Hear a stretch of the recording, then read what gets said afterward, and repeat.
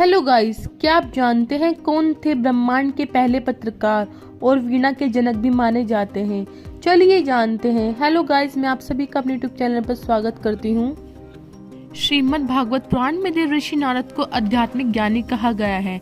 नारद जी देवी देवताओं, दैत्य, राजाओं सभी को सूचनाओं का आदान प्रदान करते थे, इसलिए उन्हें यानी देवर्षि नारद जी को ब्रह्मांड का सबसे पहला पत्रकार माना जाता है।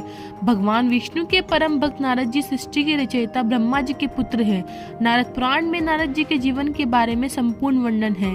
यह ग्रंथ के पूर्व खंड में 125 अध्याय और यह उत्तराखंड में 182 अध्याय हैं। श्रीमद् भागवत और वायु पुराण के अनुसार नारद जी का जन्म ब्रह्मा जी की जांघ से हुआ था। इन्हें वेदों के संदेश वाहक कहा गया है। मान्यता है कि वीणा का आविष्कार नारद जी ने ही किया था। नाम एक, नाम का उल्लेख अनेक। अर्थवेद में लिखा है कि नारद नाम के एक ऋषि हुए। वही ऐत्रेय ब्रह्मांड ग्रंथ का कथन है कि हरिश्चंद्र के पुरोहित सोमक, सहदेव्य के शिष्य तथा आगस्त्य एवं युधाश्रिष्ट को अभिशप्त करने वाले भी नारद थे। ठीक इसी तरह मैत्रायण संहिता में लिखा है, नारद नाम के एक आचार्य हुए हैं। सामविधान ब्रह्मांड ग्रंथ में बृहस्पति के शिष्य के रूप में नारद जी का वर्णन मिलता है।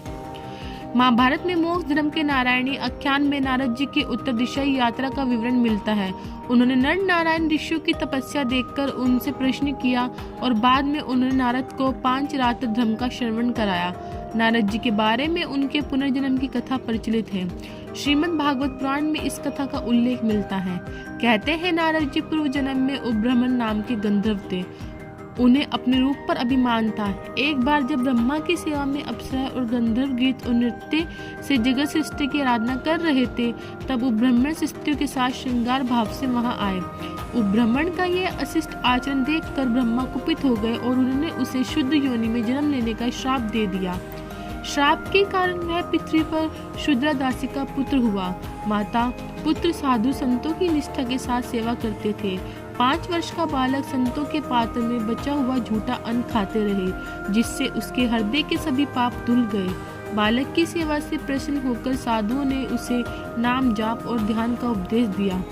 शूद्रा दासी की संप्रदर्श से मृत्यु हो गई। अब नारद जी इस संसार में अकेले रह गए। उस समय इनकी अवस्था मात्र 5 वर्ष की थी।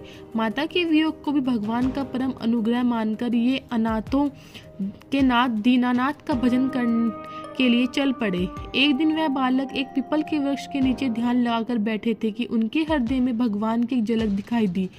उनके मन में भगवान के दर्शन की व्याकुलता बढ़ गई, जिसे देखकर आकाशवाणी हुई, हे पुत्र, अभी जन्म में फिर तुम्हें मेरे दर्शन नहीं होंगे। अगले जन्म में तुम्हें मेरे पार्षद रूप में मुझे पुनः प्राप्त करोगे।